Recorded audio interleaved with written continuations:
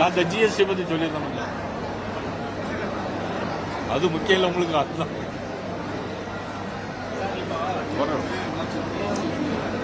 ஜிஎஸ்டியை பொறுத்தவரையிலும் உங்களுக்கு தெரியும் 5%, 12%, 18%, 28% இந்த ஸ்லாப்லாம் இருந்துச்சு. ஜிஎஸ்டி அப்படிங்கிறது மத்திய அரசு நிதியமைச்சர் மட்டும் இதை செய்யறது இல்லை, எல்லா மாநில நிதியமைச்சர்களும் சேர்ந்து முடிவெடுக்கக்கூடிய முடிவு தான். ஆனால் இதுவரைக்கும் தமிழ்நாடு மக்கள் ஒரு தவறுதலான ஒரு புரிதல் என்னன்னா, இது மத்திய அரசு மட்டும் தான் போடுது, மாநில அரசுக்கு சம்பந்தமே இல்லை அப்படிங்கிற மாதிரி ஒரு தோற்றத்தை ஒரு மாயை உருவாக்கிட்டு இருந்தாங்க. ஆனால் உண்மையிலே என்னன்னா, எல்லா மாநில நிதியமைச்சர்களும் அந்த ஜிஎஸ்டி கவுன்சிலில் கூடி தான் அதை முடிவு எடுக்காங்க. இந்த மாதிரி ஒரு சூழ்நிலையில் இந்த 5%, 12%, 18%, 28% நமது பாரத பிரதமர் நரேந்திர மோடி என்ன பண்ணாங்கன்னா, இது நிறைய பேருடைய ஒரு வேண்டுகோள் கூட. இந்த வரக்கூடிய தீபாவளி அன்னைக்கு 22ஆம் தேதியில இருந்து அந்த 12% அப்படியே எடுத்துறாங்க. 12% எடுத்துட்டு அதுல 90% கிட்டத்தட்ட 5% கொண்டு வந்தாங்க. ஹோட்டல்கள் சாப்பாடு எல்லாமே இருக்கு, அதெல்லாம் கொண்டு வந்தாங்க. அதுல 10% எடுத்துன்னா 18% கொண்டு போறாங்க. 28% என்னெல்லாம் இருக்குன்னா சிமெண்ட், கம்பி, மெட்டீரியல்ஸ், இது அப்படி 18% 10% குறைக்கிறாங்க. ஏன் 10% குறைக்கிறாங்கன்னா, கட்டிட பொருட்களின் விலைகள் குறையணும் அப்படிங்கிறதுக்காகத்தான் அந்த 28% 10%, 18% குறைக்கிறாங்க. 10% குறையும். அதே மாதிரி இப்போ பெண்கள்லாம் வீட்டில் அதிகமாக டிவி பார்க்குறாங்க. டிவி விலை எவ்வளவு? 28% வரி ஜிஎஸ்டி. அதையும் இப்போ என்னன்னா 18% குறைக்காது. 10% அதனுடைய விலை பொருள் குறையுது. இதே மாதிரி ஒவ்வொரு பொருளுக்கும் ஸ்லாபை குறைச்சு மத்திய அரசுக்கு வருவாயில் பெரிய நிதி இழப்பு இருந்தால் கூட மக்களின் நலன் நிதி, அதுவும் இந்த தீபாவளிக்கு ஒரு தீபாவளி பரிசாக நமது நிதியமைச்சர் அவர்களும் பாரத நரேந்திர மோடி அவர்களும் இதை மக்களுக்காக எடுத்து கொடுத்திருக்கிறாங்க. அதில் திரு விக்ரமராஜா அவர்கள் கூட எல்லா கடைகளிலும் ஜிஎஸ்டி 22ஆம் தேதிக்கு முன்னால எவ்வளவு விலை, 22ஆம் தேதி பிறகு பின்னால எவ்வளவு விலை குறைஞ்சிருக்கு அப்படிங்கிறத எல்லா கடைகளிலும் போர்டு போடுறோம் அப்படிங்கிற மாதிரிலாம் சொல்லியிருக்காங்க. இது மக்களுக்கு ஒரு பெரிய வரவேற்பு, ஒரு வரப்பு. இதுதான் சொல்லிட்டு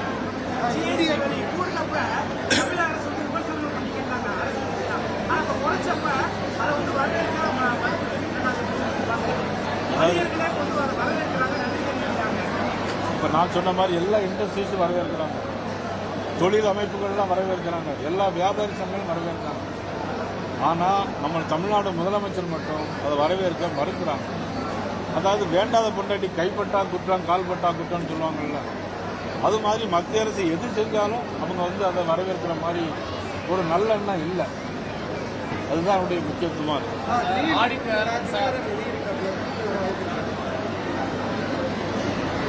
ஆனா எல்லாரும் இருந்தா நல்லது அப்படிங்கிறது என்னுடைய கருத்து.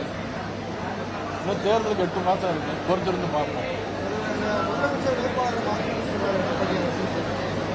மதிப்புக்குரிய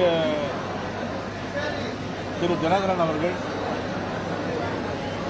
ஏற்கனவே உள்துறை அமைச்சர் அமித்ஷா அவர்கள் யாரை முதலமைச்சராக சொல்கிறாரோ நாங்கள் பிரச்சாரம் பண்ண தயாருங்கிற மாதிரியும் சொல்லியிருந்தாங்க.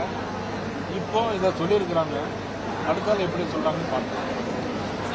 திருமூர்த்தி அவர் என்ன சொல்றாருன்னா, 2026 சட்டமன்ற தேர்தல் பாஜக இலக்கு கிடையாது, அண்ணாமலையோட வேகமான செயல்பாடுனால தான் அவரை பதவியிலிருந்து எடுத்துட்டாங்க அப்படின்லாம் ஒரு பத்திரிகைக்கு பேட்டி கொடுத்துருக்காரு. அதுதான் உண்மையான நடவடிக்கை, இலக்கு இல்லையா சட்டமன்ற தேர்தல் இல்லை. அது அவங்களுடைய தனிப்பட்ட கருத்து. 2026 தேர்தலில் திராவிட முன்னேற்ற கழகம் ஆட்சியிலிருந்து அகற்றப்பட வேண்டும். 2029 பெரும்பான்மையான நாடாளுமன்ற உறுப்பினர்கள் பாரதிய ஜனதா கட்சிக்கு வர வேண்டும். நம்முடைய தேசிய ஜனநாயக கட்சி கூட்டணிக்கும் வர வேண்டும். சார், இப்போ டெல்லிக்கு எடப்பாடி பழனிசாமி போறாரு, அதை ஆளுங்கட்சி தரப்புல இருக்க கூட்டணி கட்சியில் என்ன சொல்றாங்கன்னா, என்ன பிரச்சனைனாலும் டெல்லிக்கு போக வேண்டிய நிலைமைக்கு அதிமுக தள்ளப்பட்டு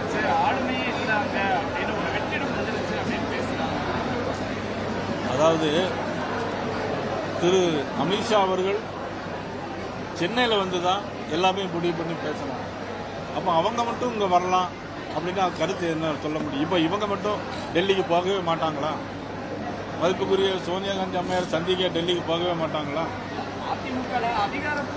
நான் என்ன சொல்றேன், செங்கோட்டையும் போறாரு, அப்புறம் யாரோ ஜெயலலிதா மகள்னு போய் அமித்ஷா பார்த்துட்டு வராங்க. இப்படி வரிசையா போறதுனால அவங்க விமர்சனம். அதிமுகவில் ஜனநாயகம் இருக்கு, அதனால எல்லாரும் போய் பார்க்குறாங்க. திமுகவில் ஜனநாயகம் கிடையாது.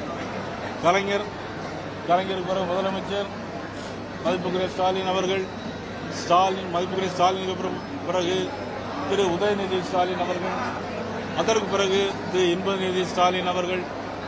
எங்க ஜனநாயகம் இருக்கு? ஜனநாயகம் இங்க தான் இருக்கு, எங்கள்கிட்ட தான் இருக்கு. நீங்க அண்ணா படத்துக்கு மேல வந்து பிரதமர் மோடியோட படத்தை போட்டு அண்ணாவுக்கு பிறந்தநாள் சர்ச்சையை பார்க்கறாங்க. அதான் இப்பதானே சொன்னேன். அதாவது இதெல்லாம் குற்றம் கண்டுபிடித்தே பேர் வாங்கும் புலவர்கள்லாம் தமிழ்நாட்டில் நிறைய பேர் இருக்கிறாங்க.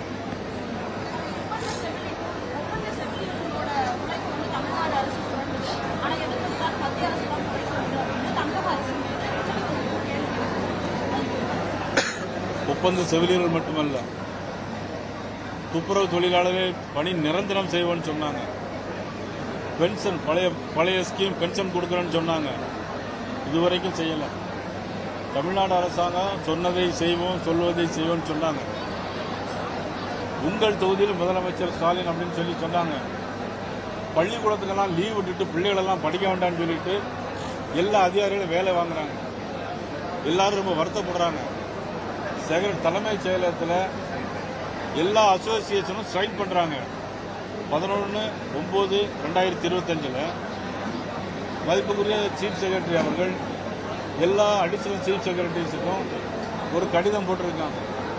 அந்த கடிதத்தில் யாரும் லீவ் எடுக்கக்கூடாது அப்படின்னா என்ன அர்த்தம்? யாரும் லீவ் எடுக்கக்கூடாதுன்னா என்ன அர்த்தம்? அது நிர்வாகமே இல்லைன்னு தானே அர்த்தம்.